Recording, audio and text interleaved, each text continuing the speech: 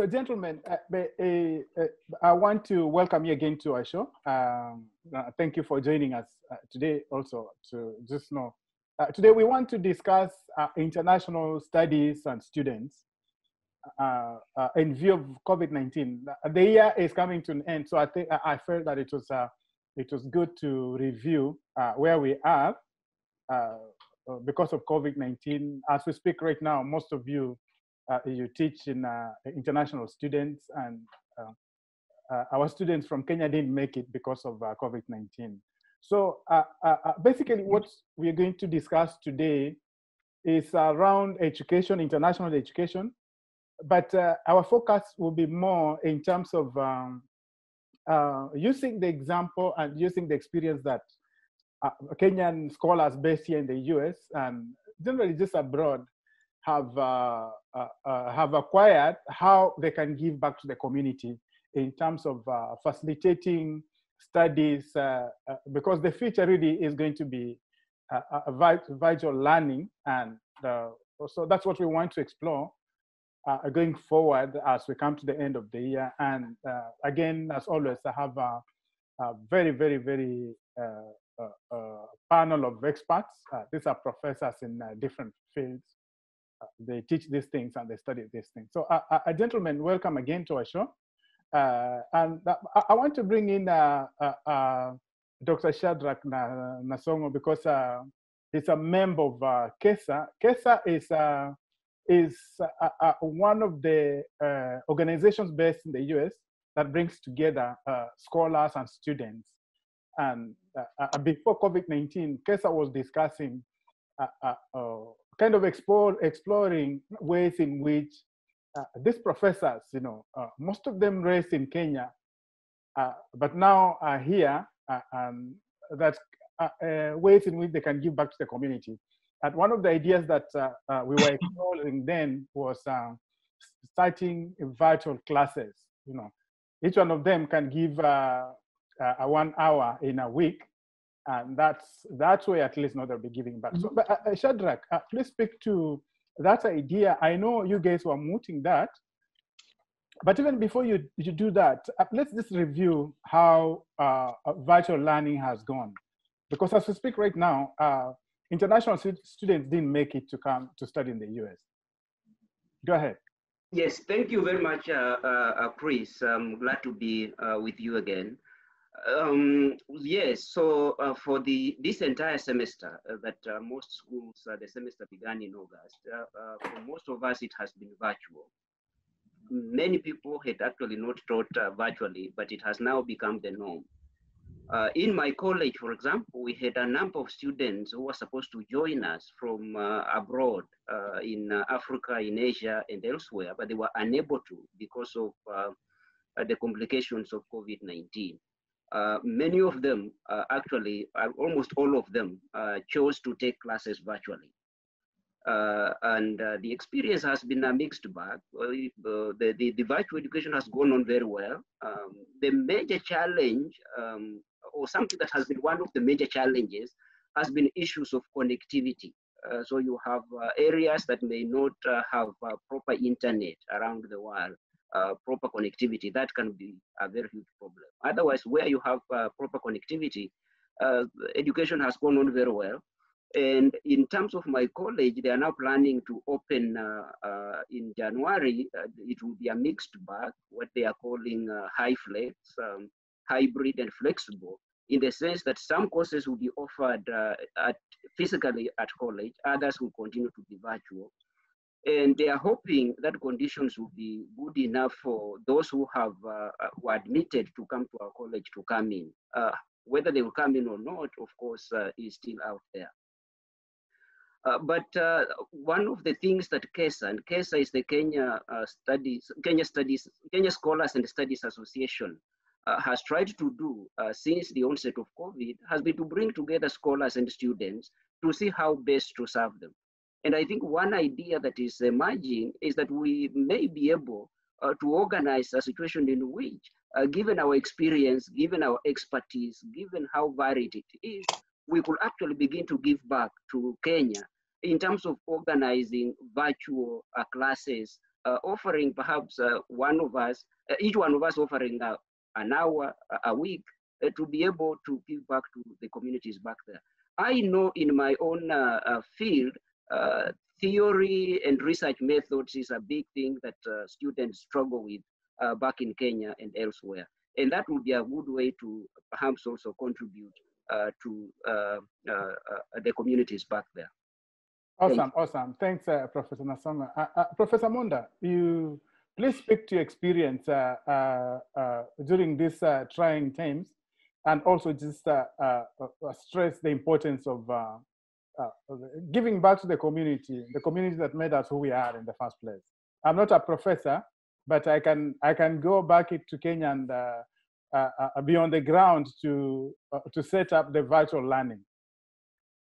Yes, I think what you've raised, Chris, is very important, and what Professor Nasonga was saying with KESA is also equally important in terms of institutionalizing a lot of this online learning through institutions like KESA, and then scaling it up, right, and broadening sort of these online experiences. For me, specifically in terms of COVID, it's been a really trying time, not only for myself personally, because as we're all aware, the COVID crisis began or has hit our state of New York, and particularly our city the hardest. Of the 250,000 people that have died, about 50,000 of those are in the city of New York. So it's an existentialist threat. Every time I get on the subway, you're not sure if you pick up a disease, so you have to be very careful.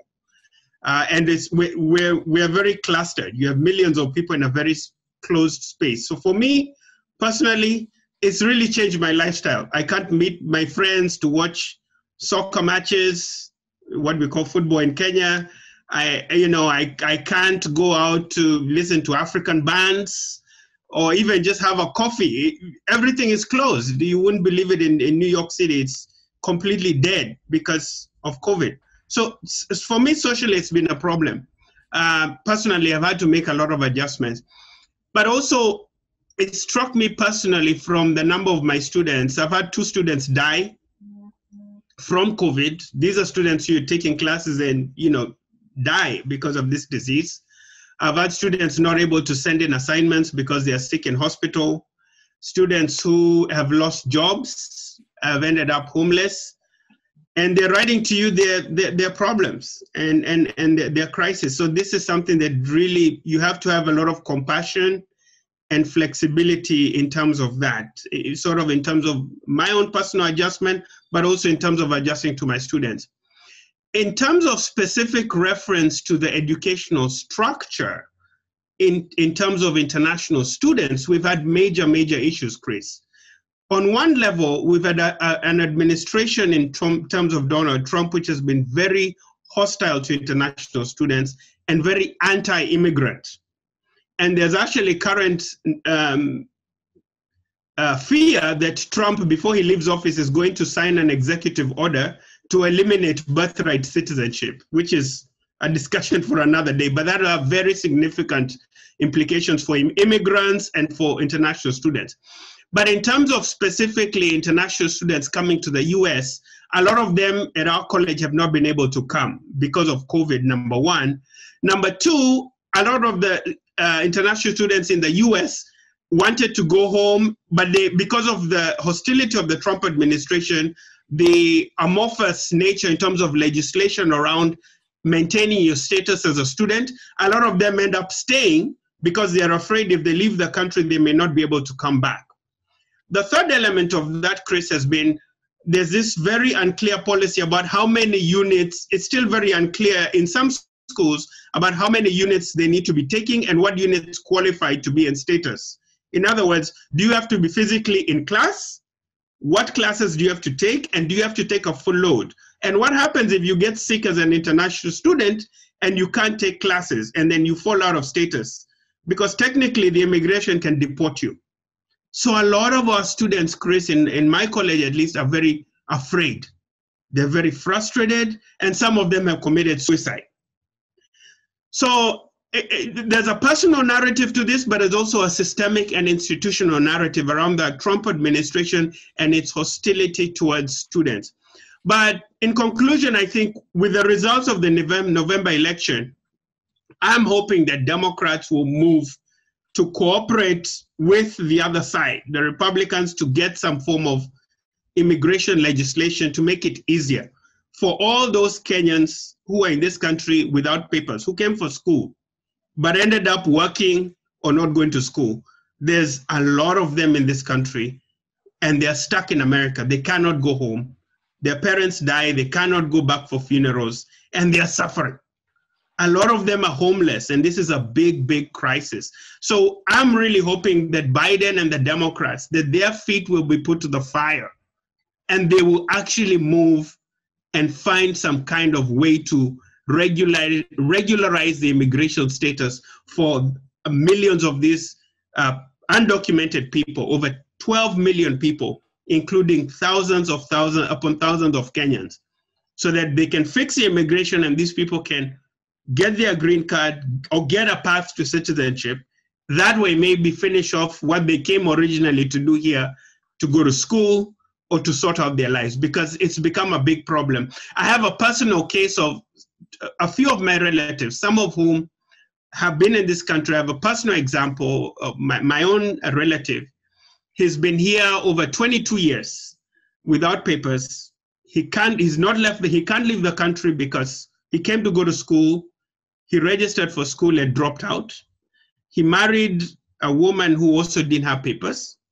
Now they have kids, and one of their kids got sick, and he's terrified because they divorced from the wife.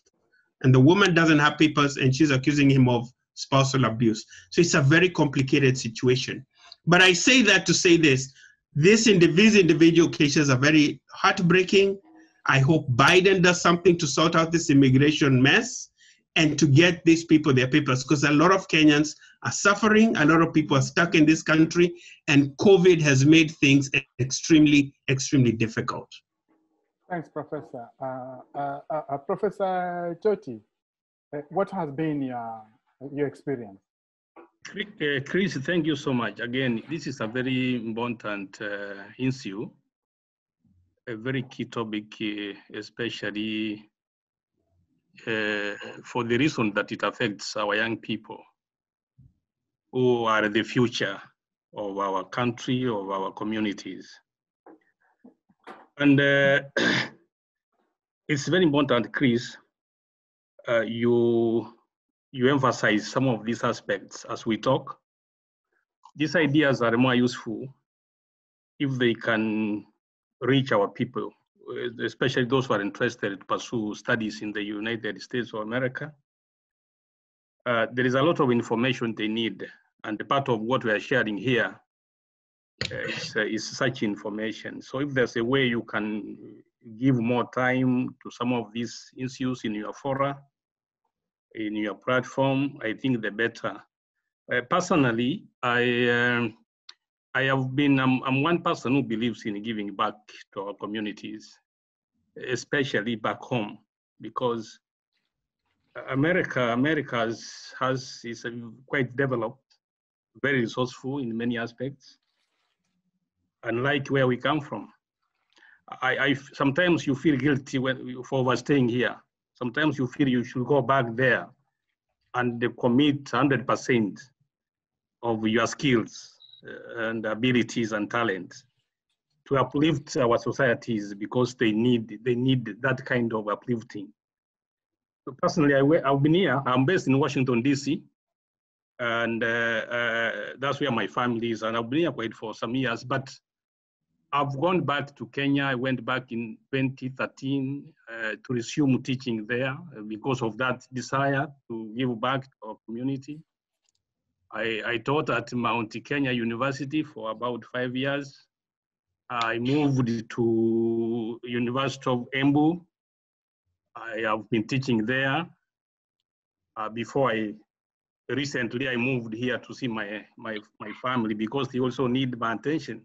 So I've been combining attending to my family in Washington, D.C., and attending to my community interests back in Kenya. So you can see it's like I've been doing exactly, Chris, what you are propagating today. That's right. And I'm your ally. So most importantly, recently when the COVID pandemic struck, it found me here. And actually it has even necessitated I have overstayed because of it. And the need also to be with my family. But what we have done, especially to our foreign students, Kenyan students in my especially in our region here, we have so many of them who have been attending universities in the greater Baltimore and the Washington DC area. Some in your place, Chris, and we recently founded a non-profit organization, actually, partly to address the needs of these people because the universities closed, they locked down. Some of them needed some accommodation and other needs, which probably they couldn't access very easily. And the non-profit has recently was launched, formally launched. Chris, I think we invited you to the launching, but I think you didn't have time. In fact, I know about that. In fact, I pass my regards to your wife, yes, Dr. Trufena. I know we are going to talk about that non-profit. So your family is definitely ahead of us, in the sense that you've been giving back. You and your family have been giving back. Yeah. But I want to bring in Osiro. Osiro, even as we talk about, I think I was completing. Oh, okay. Please, Chris. Yeah, What we have been doing is through the non-profit organization, we have been able to secure some resources, even cash, to some of our people here who have been impacted adversely by the COVID, and among them are the students and those who were not able to go back, as our brother Professor Monda indicated. So this is one way we can also help to facilitate that. But also, Chris, we want our people, especially this year, maybe next year, we don't encourage most of our young people to come over here. They should hold on until probably Corona is over, and hoping that the new administration, the incoming democratic administration by Biden may improve their situation, because we really want them to come. But the situation right now is not very conducive. Thank you. Thank you, Professor. Yeah, Osiro, like I was saying, even as we talk about this, one of the reasons why many people come from Kenya or from around the world to the US to study is beyond this knowledge, that an opportunity to interact with a variety of people from different parts of the world. So that experience is very key in terms of the growth of somebody's worldview. But COVID happened. In your view, how is it going to work out? Do you see any kind of change on the horizon? Of course, right now, we are talking about therapeutics and vaccines. Chris, again, thank you very much. It's another wonderful Saturday with the esteemed panel.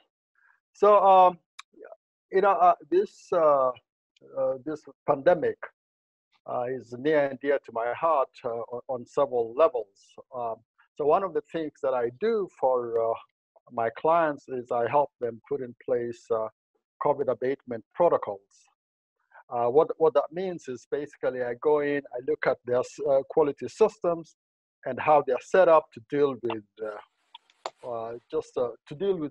adverse events, of which the pandemic is of magnitude.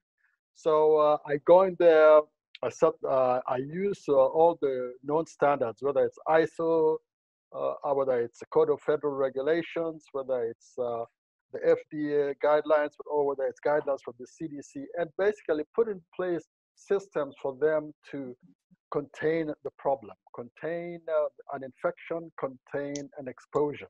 And I think the challenge obviously has been from a federal level has been the inability the government to basically get everybody on the same page, depending on the different levels of different population levels, different situations of the various communities, but basically get them on the same level so that they're doing the same thing, so that we can contain the virus. And I think for me, the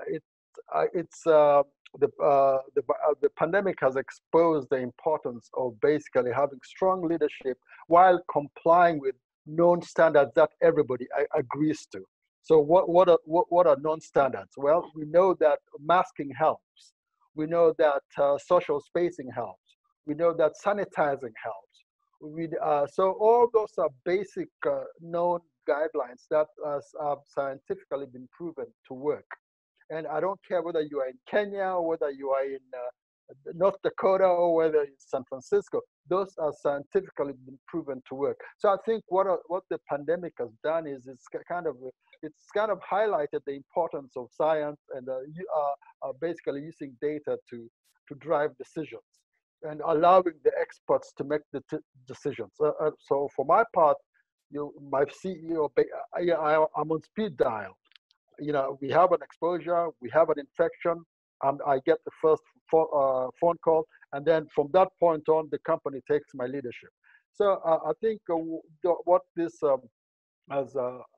pandemic has allowed us to do is basically to, use the best practices, and with the understanding that we might not eliminate it, but we can contain it. So now, in terms of what does it mean for exchanging ideas with, say, between Kenya and the US? Well, we can all get on a Zoom conference call and basically ask one another questions. Hey, Washington, what are you guys doing in Silicon Valley to contain the pandemic? And now we are exchanging ideas, and I'm telling them what I'm doing. They're telling me what we're doing or what they're doing, and we're comparing notes and having an exchange and coming up with well thought out solutions. So I really think that this pandemic has made the world a much smaller laboratory for exchanging ideas, where people who are open-minded to receiving feedback from different corners of the world are going to come up with a better mousetrap. And I think that you're seeing that with San Francisco really is the model for dealing with the pandemic. They were able to get ahead of it, and they've been able to contain it. And they are basically making decisions based on what the numbers are telling them. So I'm hoping that the COVID-19 will change the way we look at the workplace, change the way we look at the exchange of ideas, change the way we look at interacting with one another. And I'm hoping that with a much more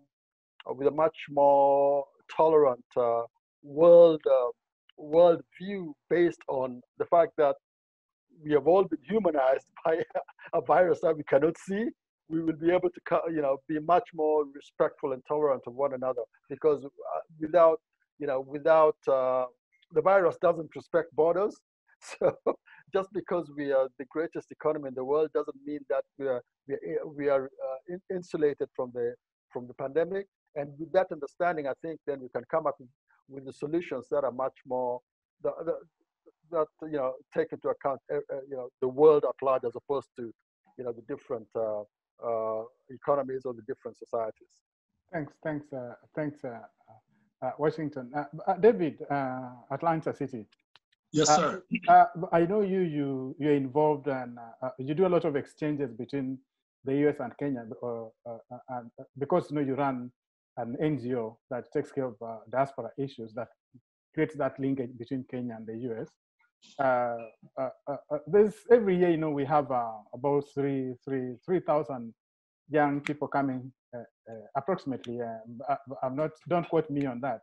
I'm approximating about 3,000 students graduating from high school, coming to the US to study. Of course, this year it's a lost year. What is it you're hearing from Kenya in terms of the questions that young people are asking you? Yeah, well, Chris, first of all, thank you. Thanks for this opportunity again. This is a great format again on a Saturday evening.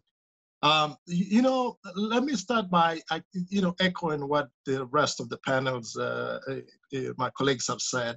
I also am an adjunct professor. I teach part-time accounting and finance. But when I started doing this, I was doing it on, you got where you go to class, but you also can do it online.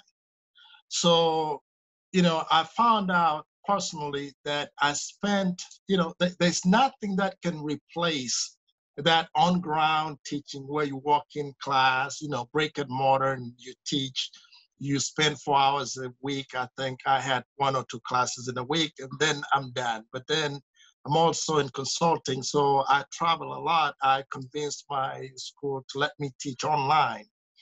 And what I found out is that when you teach online, sometimes you tend to focus more. Students need individual attention on subjects like that could be too technical. Accounting and finance can be really technical. But I think in this virtual world that we're in now, the only thing that I've seen change, obviously, for those students like Kenyan students that didn't get a chance to travel to the US and get in a brick and mortar setting, is that, of course, they can do those classes online. Now, if you can do it, the mitigation is really you can do, you can record those courses, even though they're virtual. In other words, you need that interaction, but over Zoom or any other mechanism to do it. You can still do it and have those courses recorded, and then maybe they get to revisit them at some point down the road. But to your point, the challenge you have then is, the question we started out was that how do we, as KESA, for example, how do we impart that knowledge to international students back in Kenya? I think the best way you can be effective, if there's students that are coming over to the United States to get in this curriculum that we teach our students in colleges, then maybe that might be applicable. But if you're talking about imparting American education system virtually in Kenya, that might be a challenge because there's a dissonance between the curriculums. So that's my experience on that in that regard. But also, I think the question you asked, Chris, is as a nonprofit, our nonprofit is called the Association of Kenyan Diaspora Organizations. So, one thing that we've taken to try and help our students from Kenya is to see how best we can actually connect them to schools and colleges in the United States.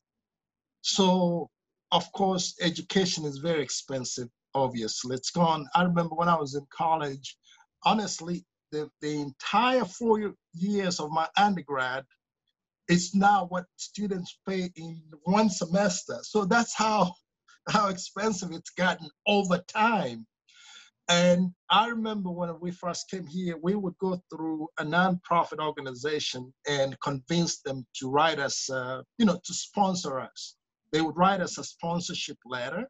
And then if we take that sponsorship letter to the school would then waive our out-of-state tuition. So we ended up paying state in-state tuition. And that's how we were able to, afford a lot of the tuition and expenses that we did. So we've incorporated that model with the association of AUTHORITATIVE. It's called AUTHORITATIVE. That's the acronym for our organization. And what we're trying to do now, it's try to work with colleges in the United States and say, can you grant us a certain number of slots or units or number of positions for scholarships? Not necessarily that they will not pay, but if you give us half a scholarship or a full scholarship or something to that nature, or even waive out-of-state tuition for our students, then we can turn around and let our kids in Kenya know, hey, there's this opportunity here. If you meet this criteria, then we'll try and see if you can, get an admission to come to school and pay a lesser fee than you otherwise would. So that's what we've taken. Guys, once again, thank you for enriching our show. I'll see you again next week as we discuss issues that affect the diaspora. good evening to each one of you.